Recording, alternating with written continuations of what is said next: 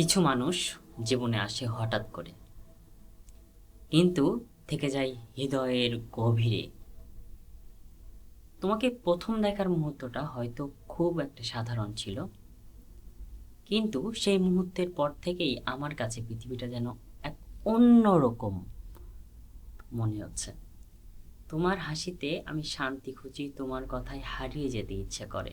আবার তোমার পাশে থাকলে মনে হয় এই ব্যস্ত পৃথিবীতে আমারও একটা ছোট শান্তির ঠিকানা আছে।